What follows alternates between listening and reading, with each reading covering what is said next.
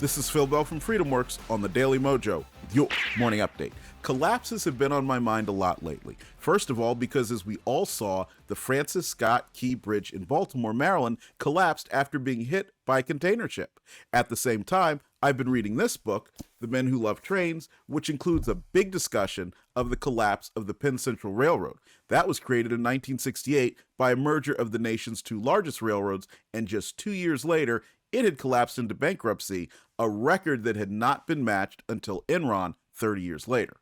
So let's think about the potential collapse of our country. And there's a lot of factors that could be leading to it. The biggest factor that I can see is the leadership that we have.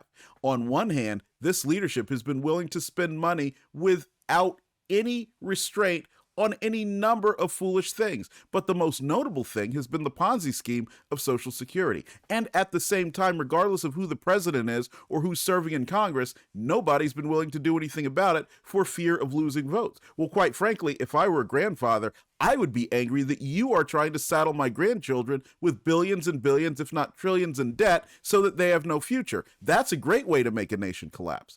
But let's think about some other things. Many of these same politicians have been willing to help illegals come into our country.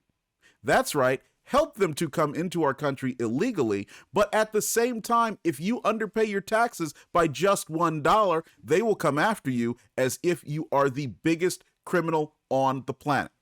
This has to end, and the way our country will stave off collapse, or even become a greater nation, is if we take the reins and stop these so-called leaders from destroying the place. So the first thing that we can do is stop being dependent on the government. Let's not wake up every day and look for ways that government can do for us. Let's ask what we can do for ourselves. And the second thing that you can do is go to freedomworks.org and join our freedom teams. There you will learn about the problems that face our country, both the ones that are publicly known and the ones that aren't quite publicly known, and learn ways that you can take it upon yourself to help solve those problems. Because we have enough people in this nation that if we work to solve these problems, we won't have to talk about the collapse of this nation, and we could actually talk about its growth.